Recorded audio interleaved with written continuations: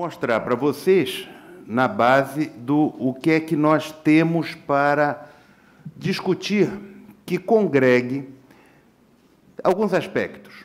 Congregue a questão do orçamento da República, que é um tema central do evento, e a questão de liberdades, direitos fundamentais, isonomia.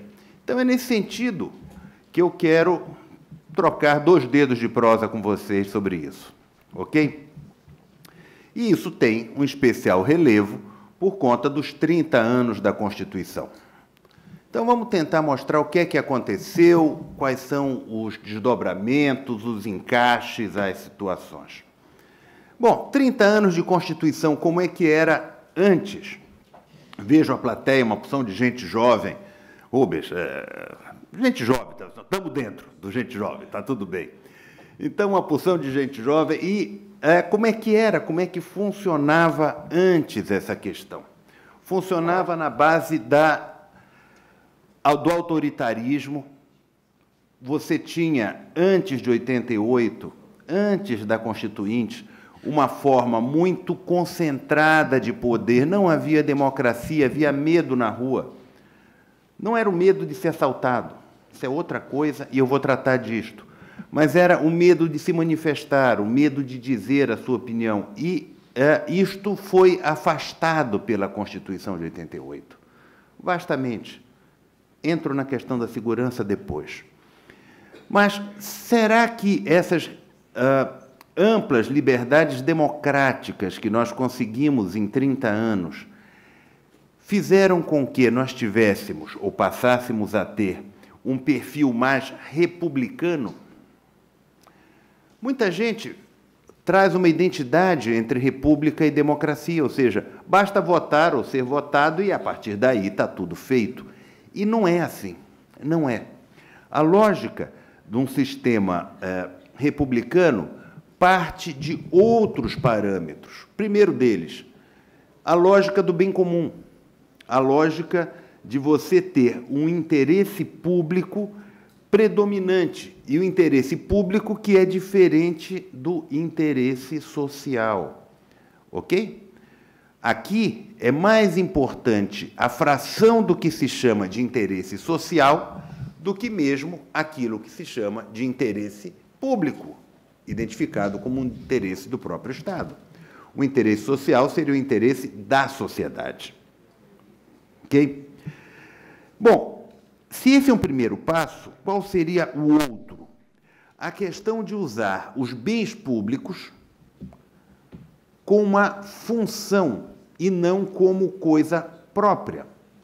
Portanto, identifica-se muito a questão republicana como uma situação em que existe a coisa pública, mas isso é insuficiente, senhores. Porque não basta usar a coisa pública como pública, tem que usar como uma função em prol da sociedade, senão não adianta. Mas isso tem 2 conexões importantes. A primeira, que diz respeito às isonomias, à igualdade. E a segunda, que diz respeito à liberdade. Ora, feito esse introito, a pergunta que fica é: será que nós estamos trabalhando a coisa pública no Brasil como se ela fosse efetivamente republicana? E aí um enfoque maior, que é o enfoque a partir das disciplinas que eu ministro: direito financeiro, direito tributário. Será que nós estamos arrecadando de todos de uma maneira republicana e usando essa montanha de dinheiro arrecadado em prol de todos? E aqui você tem um equilíbrio neste ponto. Por quê? Porque a ideia, por um lado, tem a ver, acho que alguns de vocês já devem ter tido a matéria de direito tributário, por um lado tem a questão da capacidade contributiva, correto? Ou seja, você tem que arrecadar, o Estado tem que arrecadar de quem tem maiores condições de pagamento. Você não vai cobrar de quem tem menos, você tem que cobrar de quem tem mais, correto? Qual é o perfil brasileiro hoje? Como é que isto se comporta? Ora, nós temos de todo considerado o PIB de hoje, ou seja, dos 33%, estou arredondando os números, que é arrecadado, mais da metade é arrecadado de tributos sobre o consumo. Vamos lá, para a turma que não está com muita prática na história. O que é arrecadar tributos sobre o consumo? Quer dizer o seguinte, no intervalo que vocês não tiveram, porque eu atrapalhei o café aqui estabelecido pelo professor Samuel, mas digamos que vocês saíssem e quisessem comprar uma Coca-Cola. O tributo que iria ser pago por vocês ao comprar a Coca-Cola seria igual para a pessoa que tem mais receita, mais dinheiro dentro desse auditório, como para o sujeito que tem menos dinheiro no auditório. Porque os tributos sobre consumo são cobrados igualmente sem diferenciar a sua capacidade contributiva. Ora, comprar uma Coca-Cola é irrelevante. Você tenha dinheiro ou não. Tenha muito dinheiro guardado ou pouco dinheiro guardado. Aqui há uma abstração da capacidade contributiva. Portanto, metade, mais da metade da arrecadação brasileira advém desta modalidade que não leva em consideração a capacidade contributiva. Ao lado disso, nós temos 8,5%, 17% imposto sobre tributos sobre o consumo. 8,5% é uma arrecadação sobre a folha de salários, o que é uma receita, uma arrecadação também que não leva em conta a capacidade contributiva e, muito mais, ainda leva de maneira perniciosa ao desemprego. Porque se você aumenta a carga tributária sobre o emprego, é mais caro dar emprego aos outros, é mais caro contratar. No jargão popular, pessoal, é mais caro contratar CLT. Ok? 8,5% é apenas sobre folha. Mas, quanto é sobre a renda, claro, sobre o PIB, estou falando sempre uma percentagem do PIB em termos de arrecadação. Você tem 6% da receita sobre a renda e 1,5% nos tributos sobre o patrimônio. Ou seja, quem tem aqueles belos apartamentos beira-mar aqui na bela ilha de Florianópolis, claro, deve pagar um IPTU alto, não estou negando, não é isto. O que eu estou dizendo é que da massa da arrecadação, ele arrecada apenas 1,5% sobre isto. Arrecada metade sobre consumo, se for ter a condição de empregador, 8,5% do empregador, 6% sobre a renda e apenas 1,5% sobre o patrimônio. Considerado, vou repetir e frisar, renda total e não incidência específica. Aí tem um lado. Por esse lado da arrecadação, a gente vai olhar e dizer, não se tem efetivamente uma arrecadação isonômica. Não é para cobrar igual de todos, aquela ideia que passa de vez em quando de fazer um tributo linear, cobra 3% de todo mundo. Aliás, tem um dos candidatos a presidente que está propondo 20% igual para todo mundo. Pessoa física, todo mundo paga 20%. Pessoa jurídica, todo mundo paga 15% e não paga mais nada. Não paga mais nada de renda, mas esse pedaço ninguém contou. Esse pedaço não está no jornal. Mas, de todo modo, a cobrança linear também não é uma cobrança correta. Por quê? Porque você vai ter pessoas que ganham muito mais, e a cobrança linear vai atingir a estes, mas de maneira mais leve do que atenderia ou atingiria aquele que ganha menos. Ou seja, 20% de quem ganha R$2.000, 400, dói no bolso. De quem ganha 20 mil, recolher 4, também dói no bolso, mas sobra muito mais, não sobra? Sobra para os outros tipos de gastos. Ou seja, a arrecadação linear, meramente proporcional no efeito de imposto de renda, não é satisfatória, não atinge a desigualdade. Por outro lado, A progressividade é uma maneira mais adequada, mas no Brasil isso também está torto, porque você não tem propriamente uma progressividade paulatina, você tem saltos de uma alíquota para outra e a coisa vai assim. Porém, com esta forma, é arrecadado uma montanha de dinheiro pela União, pelos estados, pelos municípios. Mas podemos dizer que não cumpre a função de reduzir ou de cobrar de cada qual de maneira isonômica. Do jeito que está posto, o que nós temos é muito mais uma arrecadação centrada em quem ganha menos. Observem que absurdo. Por que isto?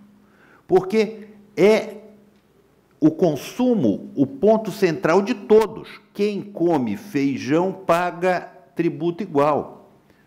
Seja o sujeito mais milionário, seja o mais paupérrimo. A carga tributária sobre o feijão que ele vai comer é a mesma. Ok? Vamos virar a página. Por outro lado, como é que é gasto isso? Porque se a gente fala da capacidade contributiva, é de alguma maneira uma relação entre fisco e cada qual de nós contribuintes. E é uma matéria de direito tributário. Por outro lado, você tem o reverso da moeda. O que é isto? Quer dizer como é que se gasta. Ou seja, o poder público gasta como esse dinheiro. Porque não é apenas uma questão de você arrecadar, é uma questão também de você gastar. E aí você muda, em vez de falar de capacidade contributiva, você fala de capacidade receptiva. Ou seja, quem é que tem condições de receber, ou necessidade ou adequação de receber essas prestações sociais de maneira mais intensa? É óbvio que esse montante arrecadado deveria servir para implementar aquilo que está na Constituição, no artigo 3º, inciso 3º. Vamos lá, para quem talvez não tenha a imagem certa do artigo. Este artigo vai dizer que é objetivo fundamental do Estado brasileiro redução das desigualdades sociais, das desigualdades regionais e da redução da pobreza. Portanto, com esta lógica, a ideia é de você ter uma atividade de gasto muito mais intensa para quem precisa mais. Ora, como é que se compõe o gasto público no Brasil hoje? O gasto público brasileiro ele é fortemente afetado, estamos falando de macronúmeros, pelos gastos com pagamento de pessoal. Ok? É claro que a gente vai dizer que conhece, e é verdade que a gente conhece, uma montanha de servidores públicos, federais, estaduais, municipais, que ganha muito pouco e que talvez até precisasse de um olhar mais atento para aquela função versus remuneração. Mas isso acontece de maneira isolada, de maneira pontual. Como também acontece de maneira pontual o inverso. Você ter carreiras que têm remunerações fortes, acima do teto, vantagens obtidas de maneira legal, sempre legal, mas às vezes com forte poder de pressão que eles têm nas mãos. Em suma, um dos gastos principais é um gasto com pessoal, que aquilo que tecnicamente a gente chama em direito financeiro de gasto rígido. Qual é o segundo gasto? Segundo gasto, irmão gêmeo do pessoal, é o gasto com aposentadorias, pensões, previdências em geral. E essa previdência em geral também impacta fortemente. Ora, se estes são os gastos principais, quais são os outros gastos que sobram? Quanto sobra do que é arrecadado? Bom, sobra uma montanha de dinheiro que é utilizada para rolar a dívida. Quando se diz rolar a dívida, tecnicamente está se falando de serviço da dívida. É um ajustezinho para ficar claro. Não é só pagar juros. Isso dá confusão, tá bom? Dá confusão. Não é juros, é rolar a dívida. Vamos imaginar, qualquer um de nós, vai. A gente está endividado com o banco. Sabe aquele cartão de crédito que a gente esqueceu de pagar, não deu para pagar todo, e vai ter que girar para pagar no mês que vem? Observem, no cartão vem aquele montante que você não pagou, mais os juros. Então, juros é uma parcela, mas você vai ter que refinanciar e pagar uma parcela do não pago, ok? Então, Brasil é igual, país qualquer tem esse mesmo perfil. Tem um montante que você vai ter que refinanciar, por isso se chama serviço da dívida. Uma grande parte a gente gasta com isso, grande parte. Aí fica o seguinte, quanto é que sobra para as ações sociais e para investimento? É necessário isso, é necessário fazer obra, investimento, aumentar pontes, aumentar estradas, hidrovias, ferrovias e uma montanha de outras coisas semelhantes. Quanto sobra? Um trocado. Trocado. Dinheiro pouco. Aí vem a pergunta, como é que você usa esse dinheiro? Bom, uma parte disto é para programas sociais. A outra parte, como diz, é usado de maneira periférica nessas atividades de investimento. Olhando todo, olhando o conjunto, o que é que se tem? Se tem a seguinte situação, gasta-se com pessoal. E como se gasta muito com pessoal, previdência e outros assemelhados, sobra pouco para gastar para reduzir as desigualdades sociais. E, portanto, a lógica da capacidade receptiva não está adequada. Observem bem, a lógica da capacidade receptiva é quem precisa mais. Eu não conheço os bairros aqui, eu até comentei com o professor Samuel que eu venho cometendo um pecado enorme de não vir mais a Florianópolis. Eu estava lembrando aqui que eu acho que não venho a Floripa há uns 10 anos. É um absurdo isso, acho que eu tenho que me penitenciar porque é um erro meu. Então, a ideia de que a gente possa olhar os bairros aqui e ter uma ideia, ter a dimensão do que eu quero expressar a vocês. Se nós olharmos, talvez as linhas de ônibus, mobilidade urbana, isso é direito social, estejam dirigidas não aos bairros que mais precisam, pode ser que estejam dirigidas aos bairros que já estejam bem servidos dessa prestação de serviço público. Talvez algumas outras exigências de saneamento, tratamento de água, esgotos, talvez algumas outras coisas referentes a lazer, talvez alguns outros itens estejam dirigindo os gastos da prefeitura, do Estado, não conheço o exemplo, mais do que para onde eles fossem necessários. E o ponto é ir para onde fosse necessário. Daí a lógica da capacidade receptiva, que não é apenas algo que diga respeito à saúde e educação, é muito mais que isso. Onde é que estão as creches? Adianta ter creche longe do local onde a mãe mora ou vai trabalhar? Não adianta. Você vai atravessar a cidade para botar o filho na creche para ir trabalhar do outro lado da cidade? Não existe isso. Entendeu? Então, é esse tipo de olhar que diz respeito à capacidade receptiva. Voltando e tentando dar um olhar geral. É no conjunto destas capacidades contributiva de quem se arrecada e receptiva com quem se gasta que você tem uma lógica mais próxima, a partir do direito financeiro e tributário, do que seria um gasto ou um orçamento republicano. Ou seja, nós chegaremos a um orçamento republicano quando nós arrecadarmos mais adequadamente de acordo com a capacidade contributiva e gastarmos mais adequadamente de acordo com a capacidade receptiva. E isso é importantíssimo. Alguém vai dizer, bom, isso aqui é um devaneio, é uma ideia. Eu vou dizer a vocês, isso é uma norma constitucional. Isso não só está no artigo 3º, inciso 3º, que já mencionei da redução das desigualdades, isso está no preâmbulo da Constituição, isso está no artigo 1º. A lógica republicana passa a nossa Constituição do começo ao fim. Do começo ao fim. Alguém vai dizer, mas não é uma cláusula pétrea. É verdade. Por quê? Porque 5 anos após a promulgação, estabeleceram um plebiscito que dizia se nós queríamos ser uma monarquia ou uma república. E, afinal, se podíamos ter nos tornado uma monarquia, logo não coloca como cláusula pétrea. Mas todas as constituições pré-88, claro, exceto a de 24, estabeleciam a república como uma cláusula pétrea, onde isto existia.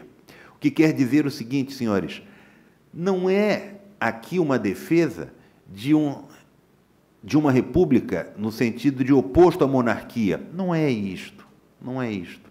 É de uso republicano do bem público, de estabelecer uma função para estes bens, de tal maneira que eles sejam afetados não ao Estado, mas à sociedade, ao uso da sociedade. E que isto não seja apenas para bens imóveis, bens no sentido colocado de bens ambientais ou bens praças, direito administrativo, não. A arrecadação é um bem, o tesouro público é um bem, tá certo? A quantidade de grana que sai do nosso bolso, direto ou indiretamente, para este tesouro, é um bem que deve ser utilizado para as finalidades estabelecidas. Portanto, essa é a lógica que, cá entre nós, está exposta na Constituição há 30 anos. Vem a questão, está sendo cumprida? Como nós nos comportamos nesses 30 anos? Eu vou lhes dizer que, no meu ponto de vista, tem sido cumprido. O problema é que tem sido cumprido com muita lentidão, atrasos. É só olhar ao nosso redor e vou voltar aos 30 anos. Como é que nós éramos 30 anos atrás? Nós tínhamos, talvez, você já tenha ouvido isso, mais educação? Não, não tinha. É falso. Você podia ter alguns colégios, 1º e 2º grau, como se dizia antigamente, de melhor qualidade, mas não era para todos. Você não tinha escola mais universalizada no sentido público. Mesmo no nível superior, não tinha. A questão de saúde era pior. Por quê? Porque se tinha isto colocado para alguns e não para todos. A lógica do SUS universalizou isto. Falta muita coisa em número. Ninguém está dizendo que nós estamos no melhor dos mundos. Não é isto.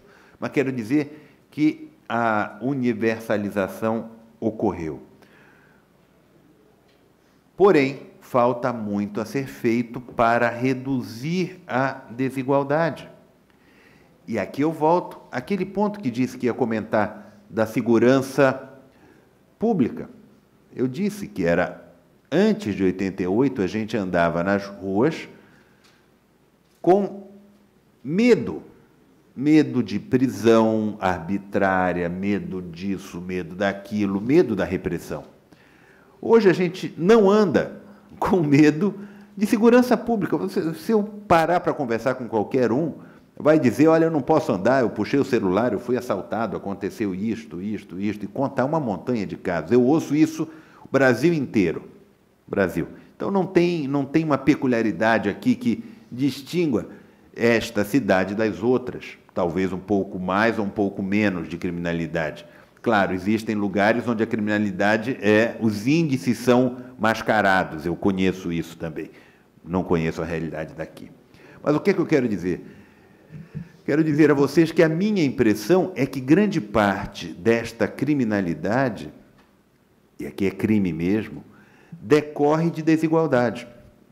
Desigualdade. O sujeito que quer o teu relógio, o teu tênis, precisa usar o teu cartão de crédito para fazer dar aquela circulada para conseguir tirar do caixa o que contém, e por isso faz um sequestro relâmpago, o que quer que seja. Eu tenho convicção que se esse sujeito tivesse condições de obter por si próprio dinheiro para o tênis próprio do filho, ou um relógio igual ou semelhante ou que fosse, não teria isso. Eu não posso acreditar que esta lógica seja apenas em razão de um consumismo exagerado e que ele não consiga comprar. Ele tem que conseguir comprar o que der, o que for possível, o básico. Estas são as questões. Então, uma parte da criminalidade, eu acredito a desigualdade. E nós somos um dos países mais desiguais do mundo.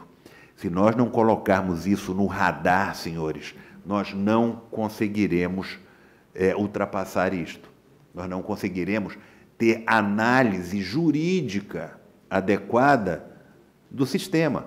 Nós vamos ficar repetindo o que está na lei, mas não entender aonde é que se deve aplicar a lei, que gera aquele problema.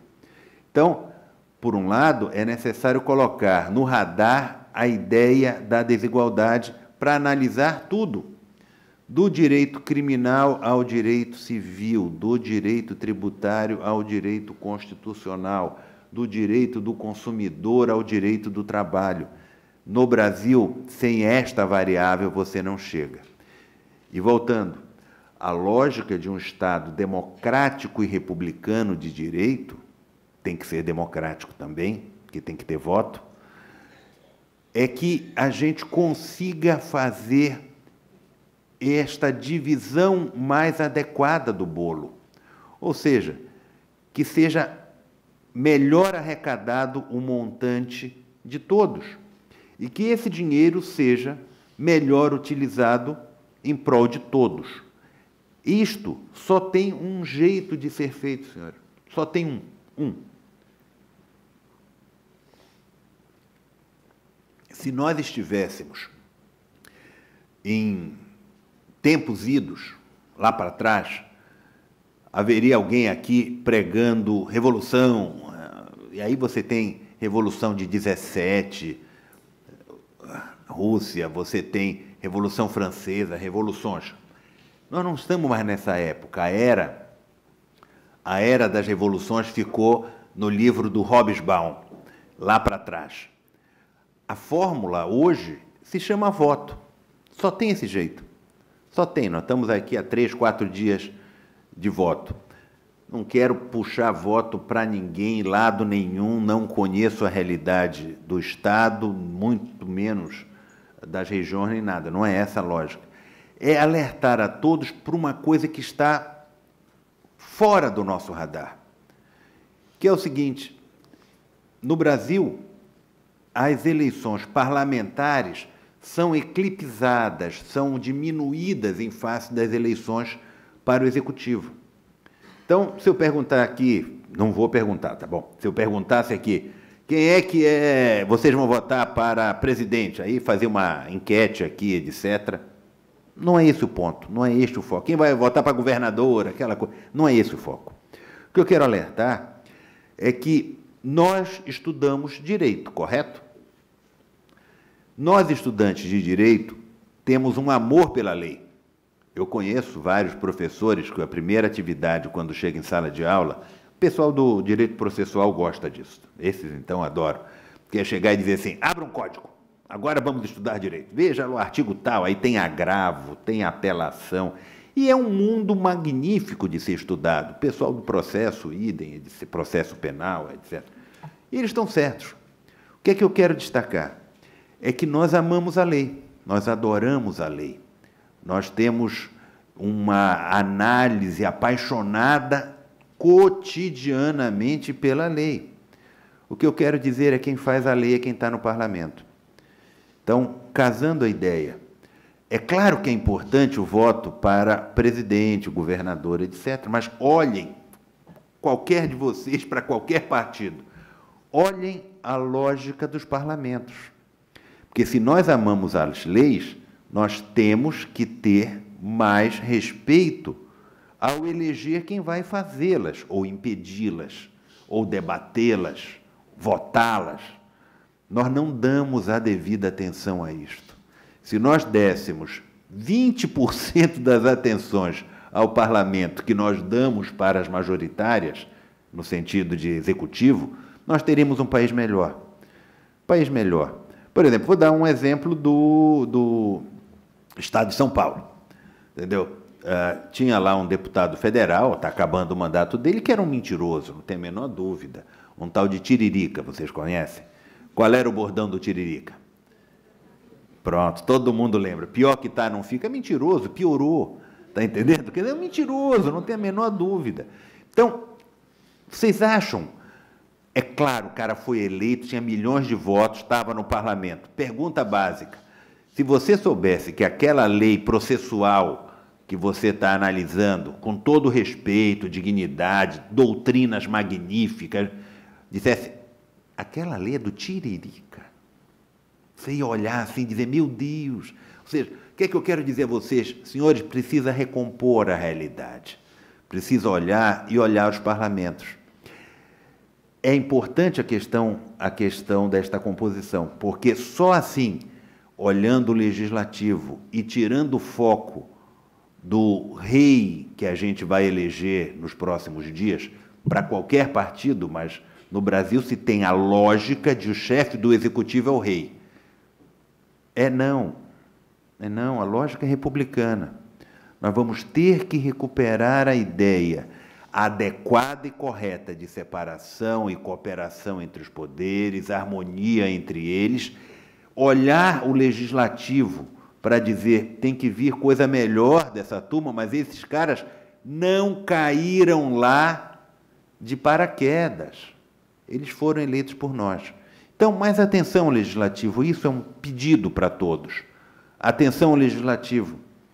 E olho na questão eleitoral como um todo, porque só através desta movimentação política é que nós conseguiremos mudar esse estado de coisas, de arrecadar mais fortemente, não pode ser exclusivamente, isso não existe, não vamos nos iludir, mais fortemente de todos de maneira desequilibrada, ou seja, mais forte no sentido do tributo sobre o consumo, o que fortalece a quem ganha mais e cobra de quem ganha menos, cobra mais de quem ganha menos, e o gasto, que hoje é fortemente para quem ganha mais e se apropria de grande parte do que a gente paga. Se nós olharmos o orçamento, enfim, contemporâneo, nós vamos dizer que ele é desigual, porque nós arrecadamos mais de quem ganha menos e gastamos mais com quem ganha mais. Ou seja, tudo errado. Deste jeito, não poderemos chegar a ter aquilo que se chama, que denominei de liberdade igual. Porque também não vamos nos iludir, senhores. Os livros são magníficos, falam de liberdades, etc., igualdades. A Constituição está prende, mas aquilo é um esforço para se chegar lá. Só quando nós tivermos mais igualdade entre nós é que haverá maior liberdade. Não basta a proclamação da liberdade. É necessário que ela esteja em concreto, onde as pessoas tenham um olhar umas para as outras, reconhecendo-as como iguais. Se não houver isto, nós teremos aquele famoso dito que se ouve sempre em Brasília. Estava em Brasília ontem resolvendo abacaxi, já advogado, aquele negócio, cara, botar a barriga no balcão, senão não anda, né? Então, que se ouve sempre em Brasília, que é aquele negócio, você sabe com quem está falando? Quer dizer, isso não é um país igual. Nós temos que tentar ter um nível maior de igualdade para poder sair dessas enrascadas que nós nos metemos eleitoralmente falando, mas tem muito mais do que apenas isso, e que nós temos uma oportunidade de tentar corrigir para qualquer lado que seja, nas eleições que no domingo são finais para o Legislativo, prosseguem só para o Executivo, onde não houver maioria. Então, senhores, atenção, é isto que eu proponho e que nós possamos ter para frente um país mais igual e mais republicano, além de democrático. Obrigado.